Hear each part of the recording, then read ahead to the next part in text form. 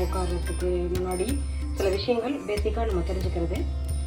அட்டாங்க யோகம்னு சொல்கிறதுல வரதில் 7வதாக தான் தியானங்கிறது ஒன்று வருது. அதுக்கு முன்னாடி என்னென்ன இருக்குது அட்டாங்க யோகத்தில்? நியமம், நியமம், ஆசனம், பிராணாயாமம், பிரத்யாகாரம், தாரணை, தியானம், சமாதி. நியமம் நியமம்னா என்ன செய்யணும், என்ன செய்யக்கூடாது, என்னென்னலாம் செய்யணும்? தெய்வத்தை நினைக்கணும். டெய்லி காலையில் குளித்து உடம்புக்கு தேவையான உடம்பை சுத்தமாக கழுவி பல்ல வேலைக்கு நீட்டாக ரொம்பவும் நம்ம உடம்பை பாதுகாக்கணும். ஏன்? உள்ளம் பெருங்கோயில். என்ன செய்யக்கூடாது? புலால் மறுக்கணும், நான்வெஜ் சாப்பிடக்கூடாது, மது அது தேவையில்லாதது செய்யக்கூடாது. அது தேவையில்லாத உணவுப் பொருட்கள் சாப்பிடக்கூடாது. எஸ்பெஷலி கெட்ட வார்த்தைகளை பேசக்கூடாது. கெட்ட வார்த்தைகள் பேசுகிற இடத்துல லக்ஷ்மின்னு சொல்லக்கூடிய நம்மளோட குடியிருக்கிறதுக்கு விரும்புறதில்லை. ஏன் சில எல்லாரும் ஏழைகளாகவே இருக்கிறதும் பணக்காரங்களாக இருக்கிறதும் அப்படி கேட்டிங்கன்னா, இன்னும் பணக்காரங்களாகவும் நினைக்கல, அதனால ஏழைகளாக இருக்கிறாங்க. என்ன? அது அவங்க பயன்படுத்துகிற வார்த்தைகள். அப்போ ரொம்ப நல்ல வார்த்தை பேசுகிறாங்களா நல்லவங்களா? அப்படி இல்லை. வார்த்தைகள் ரொம்பவும் நாம் தகாத வார்த்தைகளை எப்போதும் பயன்படுத்தக்கூடாது. ஆசனம், நம்ம யோகான்னு சொல்கிறது இதுதான். இப்போ உலகெல்லாம் இது ரொம்ப ஃபேமஸ்ஸு. நம்மளோட உடம்பை வஜ்ராசனம், நிறைய ஆசனங்கள் இருக்குது. இப்போ நான் நார்மலாக சுகாசனம் சொல்கிறது நம்ம நார்மலாக சமணம் போட்டு உட்காருது. வஜ்ராசனம்ங்கிறது அந்த முட்டி போட்டு உட்காருது. அடுத்தது பத்மாசனம், 2 காலையும். பத்மாசனம் கொஞ்சம் கஷ்டம்னு எல்லாருமே சொல்கிறாங்க, ஆனால் முயற்சி செஞ்சால் வராது. அது ஒன்றும் இல்லை. பத்மாசனம் முடிஞ்ச வரைக்கும் உட்காந்து உடம்பை பழக்கலாம். உடம்பை வளைக்கும் போது என்னது அது வளைக்குள்ள உள்ள இறைவன் நுழையிற மாதிரி. நம்ம உடம்பை வளைச்சி இருக்கும்போது மனசு கொஞ்சம் ஆட்டோமேட்டிக்காக அதோட உடம்பை வளைச்சி யோகா செய்யும் போது அதோட மூச்சை இழுத்து கவனிச்சு விட்டு சும்மா வளைஞ்சு குமிஞ்சு எடுக்கிறது. ஒவ்வொருக்கும் மூச்சை எடுக்கிறது, மூச்சை விடுறது. அடுத்தது அது அடுத்ததுலேயே பிராணாயாமம் வந்துடும். நம்ம எப்படி சுவாசிக்கிறோம் அப்படிங்கிறத முறைப்படுத்துகிறோம். இப்போ எப்படியெல்லாம் நம்ம சுவாசிக்கிறோம்? காலையில் எழுந்திரிக்கும் போது நமக்கு சுவாசம் வலது மூச்சில் இருந்து இப்போ இடது மூச்சில் போகும். சில நாளில் இடது மூச்சில் இருந்து வலது மூச்சில் வரும். நீங்கள் இந்த நம்மளோட அந்தரர்கள்லாம் பார்த்தீங்கன்னா காலையில் பிராணாயாமம் பண்ணுவாங்க. மூச்சு இப்போ ஒவ்வொரு நாளைக்கு ஒவ்வொரு கதை மூச்சு வரணும்.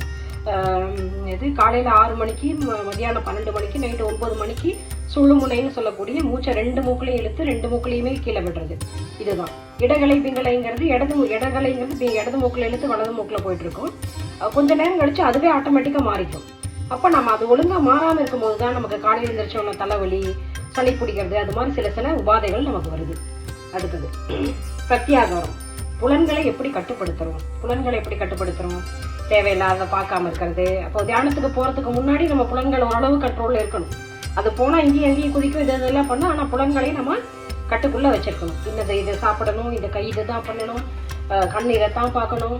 அப்படிங்கும்போது சில கட்டுப்பாடுகள் நமக்கு நாமே விதிச்சுக்கும் போது நமக்கு ஒரு சினிமா பார்க்க உட்காரும் போதும் கூட ஒரு சேரில் உட்காந்து அப்படி இது இல்லாமல் அப்படி கான்சன்ட்ரேஷனோட அப்படியே நம்ம அனுபவிச்சு பார்க்கணும். ஏன்னா அது மாதிரி புலன்களை ஒவ்வொரு செயல் செய்யும் போது அந்த செயல் மட்டுமே செய்யறதுக்கு உண்டாக்க மாதிரி கண்ட்ரோலில் வைக்கிறது. தாரணை. அடுத்தது தாரணை. நம்ம கோயிலுக்கெல்லாம் போனோன்னா சாமிக்கு அலங்காரம்லாம் பண்ணியிருப்பாங்க, பார்த்துருக்கீங்க. என்னங்க, புலன்கள் வசப்பட்டு மனசு ஓரளவு அடங்கிய போது அதை ஒரு இதில் குவிக்க முயற்சி பண்ணுறோம். எதுக்கு சாமிக்கெல்லாம் அலங்காரங்கள்லாம் பண்ணுறாங்க? திருமேனி வழிபாடுகள்லாம் இதுக்காக கொஞ்ச நேரம் கவனிக்கிறதுக்கு. அப்புறம் அந்த இடத்துல கற்பூரம் காட்டுவாங்க. அது ஆராதனை எல்லாம் காட்டிட்டு கற்பூரம் காட்டுவாங்க. இது முதல்ல தண்ணி அது அந்த 5 பூதங்களும் இது பண்ணுவாங்க. இது ஊதுபத்தி காட்டுவாங்க, அப்புறம் கற்பூரம் காட்டுவாங்க, இதை தீ, நெருப்பு, அப்புறம் என்ன காட்டுவாங்க, அப்படி ஒவ்வொன்றா காட்டுவாங்க. நீங்கள் அதை கவனித்து பார்த்தீங்கன்னா அதுக்கு பின்னாடி இருக்கிற அந்த விஞ்ஞானங்கிறது அது என்னன்னு புரியும் நமக்கு. இல்லைன்னா ஃபஸ்ட்டு ஐயர் இதை காட்டிட்டு வைப்பார், அப்புறம் காட்டுவார், அந்த மாதிரி இல்லை. இதுக்கப்புறம் இதை செய்கிறாங்க, இதுக்கப்புறம் இதை செய்கிறாங்க, இதுக்கப்புறம் அதை செய்கிறாங்க, அப்புறம் கையெல்லாம் சொடக்குறாங்க, அதுக்கப்புறம் கடைசியாக என்னமோ சொல்கிறாங்க. நீங்கள் உத்து கவனிச்சிங்கன்னா புரியும். தியானம்ங்கிறது தான். அதுக்கப்புறம் தான் 6வது நிலையில தான் அந்த 6 முடிஞ்சு 7வது இடத்துல தான் தியானம் வருது. தியானம்னா என்ன? செய்ய வேண்டியதை செய்து, விளக்க வேண்டியதை விளக்கி, சரியான ஆசனத்தில் அமர்ந்து மூச்சு காற்று அளந்து விட்டு, தாரணையில உங்களுக்கு பிடித்த தெய்வம், முடிஞ்ச வரைக்கும் ஒரு ஜோதி வழிபாடுன்னா அது உங்களுக்கு இன்னும் ஒரு ஜோதி வழிபாடு இருக்கிறது ரொம்ப நல்லது. விளக்கேற்றாம நம்ம சாமி கும்பிடுறது நமக்கு நம்ம இதில் பழக்க வழக்கம் இல்லை. அதனால விளக்கேற்றி அந்த சுடரை மட்டும் பார்த்து அந்த தியானம் பண்ணலாம், கண்ணை மூடி தியானம் பண்ணலாம். ஆனால் கண்ணை மூடி தியானம் பண்ணுறதுக்கு முன்னாடி இந்த விளக்கு தியானம் கொஞ்சம் பண்ணியிருந்தீங்கன்னா உங்களுக்கு மனசு கொஞ்சம் ஒருமுகப்படுறதுக்கு இதாக இருக்கும்.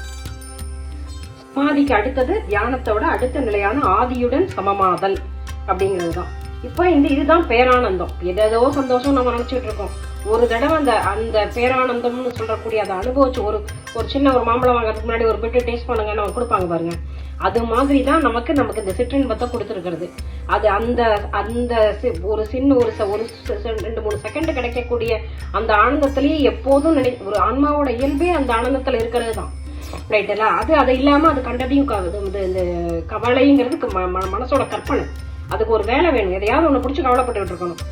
ஒண்ணுமே இல்லைன்னா அதை நினைச்சு ஏதாவது அது கவலைப்பட்டு தான் இருக்கும். ஸோ அது எவ்வளவு நேரம் அந்த தியானத்துல அமர்ந்து அந்த எக்ஸ்ட்ரஸினும் சொல்லலாம் அதை, ரைட்டுங்களா? அந்த இடத்துல எவ்வளவு நேரம் அதுல நிலைக்க முடியுதோ உங்களுக்கு அந்த அளவுக்கு ஒரு நல்ல ஹை எனர்ஜி சாப்பாடு சாப்பிட்டுட்டு ஒரு சரியான ரெஸ்ட்டுக்கு அப்புறம் கிடைக்கிற மாதிரி 100 கோடி மடங்கு பலம் உங்களுக்கு அந்த தியானத்துல கிடைக்குது. ஆனா நம்ம அந்த மனசு அடங்க விடுமா? விடாது. அந்த இடத்துல உட்கார்ந்த உடனே 6 கோடி மாயாசக்திகள் வேறு மாயைகள் தொடங்கினு சொல்லுவார் போற்றி திருராகவல்ல மாணிக்கவாசகர். என்ன நம்மளோட அப்பதான் என்னென்னலாம் வேலை செய்யும், பயங்கரமா மனசு வேலை செய்யும். அப்பதான் உனக்கு தேவை இன்ட்ரெஸ்டிங்கா எதையோ கொடுத்து நினைக்க சொல்லும். அப்பதான் பயங்கரமான பிளான்கள் எல்லாம் போட சொல்லும். அதை எல்லாமே மனசை கொஞ்சம் ஏமாத்தி என்ன தியானத்துக்கு தடையா இருக்கிற மனசை குரங்காட்டி வச்சு குரங்கு வித்த காட்டுறது போல நம்ம பழக்கணும். மனமது செம்மையானால் மந்திரம் செபிக்க வேண்டாம், உண்மைதான். ஆனா மனமது செம்மையாகிற வரைக்கும் மந்திரம் செபிக்கணும். அப்ப நமக்கு என்ன அந்த மந்திரம் சொல்லலாம்? நான் ஒரு என்ன மந்திரம் சொல்லுவேன்னா அருட்பெருஞ்சோதி தனிப்பெருங்கருணை அருட்பெருஞ்சோதிங்கிறத கண்டினியூஸா ஒரே மந்திரத்தை 108 தடவை திரும்பி சொல்லும் போது அதுக்கு பிடிக்காது. அதனால கொஞ்ச நேரம் அது மனசுக்கு பிடிக்காது இந்த வேலை. ஏன்னா நீங்க ஏன் இதை பிடிக்காதுன்னு யோசிச்சு பாருங்க. ஒருத்தவங்களுக்கு தான் வேலை போயிடும்னா பரபரப்பா இருக்கும். மனசோட வேலையே கவலைப்படுறது. அதுக்கு தான் இது கொஞ்ச நேரம் அமைதியா இருக்க வைக்கிறாங்க அப்படின்னா நமக்கு வேலை இல்லாம இவங்க பண்ண போறாங்க. மனசு அப்ப எகிரி குதிக்க பார்க்கும். இன்னும் தியானத்துல உட்காரும் போது அதிகப்படியான வேலைகள் சலனங்களும் கவலைகளையும் மனம் உண்டாக்கும். அப்ப அதுக்கு என்ன பண்றது? அதுக்குதான் மந்திரங்கள். மனமது செம்மையானால் மந்திரம் செபிக்க வேண்டாம். ஆனா மனமது செவ்வையாகிற வரைக்கும் மந்திரம் தான் ஒரே வழி. அப்போ ஒரே விஷயத்த திருப்பி சொல்றது மனசுக்கு இது பிடிக்காது. ஒரே மந்திரத்தை திருப்பி சொல்றது மனசுக்கு ஒரே விஷயத்த திருப்பி பாக்குறது சொல்றது மனசுக்கு பிடிக்காத வேலை. ஆனா அதை கண்ட்ரோல் பண்ணி மனசுக்கு சொல்லும் போது ஒரு ஆங்கில கவிஞன் மில்டன் ஒரு ஆங்கில கவிஞன் சொல்றது, the mind is its own place and itself can make a heaven of hell and a hell of heaven. என்னது? நரகத்தை சொர்க்கமாக்குறதும் சொர்க்கத்தை நரகமாக்குறதும் மனசுதான். ரைட்டா? ஒரு கதை சொல்லுவாங்கல்ல, கற்பகதரு மரத்துக்குள்ள அடியில ஒருத்தன் படுத்திருந்தான். திடீர்னு இந்த இடத்துல ஒரு அழகான பெண்கள் தனக்கு பணிவிடைக்கு அப்படியே அழகான சாமரங்களெல்லாம் வீசிட்டு அற்புதமான உணவு வகைகள் எல்லாம் படைச்சிட்டு அப்படியே ஆனந்தமா இருக்கிற போது கற்பகதரு என்ன பண்ணுச்சு? அது அத்தனை கொடுத்துச்சு. அதெல்லாம் அனுபவிச்சுட்டு இருக்கும் போது டக்குன்னு ஒரு பயம் வந்துருச்சு. அச்சோ, இப்ப ஒரு புலி நம்மளை கொண்டுடுச்சுன்னா கற்பகதரு கீழே என்ன நினைச்சாலும் கிடைக்கும். நம்ம மனம்ங்கிறது கற்பகதரு. அதனால நம்ம எண்ணத்தை உறுதியா பிடிச்சோம்னாலும் அது கிடைக்கும். நாம பிடிக்கிறது அருட்பெருஞ்சோதி தனிப்பெரும் கருணை அருட்பெருஞ்சோதிங்கிற மகாமந்திரமா இருந்ததுன்னா அது நம்மளை இட்டு செல்லக்கூடிய பாதைங்கிறது. அது அதைத்தான் இனிமேல் நம்ம ஒவ்வொன்னா பேச போறோம். இந்த ஒவ்வொரு விஷயங்களா ஏன் திருமூலர் இதை சொன்னாரு, திருமந்திரத்துல என்ன சொல்லுது, திருக்குறள்ல என்ன சொல்லுது, வள்ளல் பெருமான் என்ன சொல்றாரு அப்படிங்கிறத நீங்க சினிமா இப்ப நம்ம ரஜினிகாந்த் சொல்லியிருக்க கிடைக்காம இருக்கிறது கிடைக்காது இருக்காது அப்படிங்கிற டைலாக் எல்லாம் என்ன, அதையெல்லாம் ஒவ்வொன்னா நம்ம டீகோட் பண்ணி எதோட பொருந்தது. இப்ப நம்ம காலத்துக்கு தக்க மாதிரி சினிமால சொன்ன மாதிரி சொன்னா நமக்கு ஒரு புரியுது. அது மாதிரிதான் இது மாதிரி ஒவ்வொரு விஷயங்களை நம்ம டீகோட் பண்ணி பார்க்க போறோம். சொல்லி முடிக்கும் போது நான் சொல்ல வரும்போது கற்றது கைமண்ணளவு கல்லாதது உலகளவு. ஸோ எனக்கு தெரிஞ்சதை நான் பேசி அப்படி இல்லை, நம்ம தெரிஞ்சதை பகிர்ந்துக்கிறோம். நம்ம எல்லாத்துக்கிட்டையும் இந்த அறிவு இருக்கு. ஆனா எங்கேயோ மறந்து போயிருப்போம். அதை திரும்பி நம்ம ஞாபகப்படுத்திக்கிறோம். அருட்பெருஞ்சோதி தனிப்பெரும் கருணை அருட்பெருஞ்சோதி. எல்லா உயிர்களும் இன்புற்று வாழ்க, வள்ளல் மலரடி வாழ்க வாழ்க.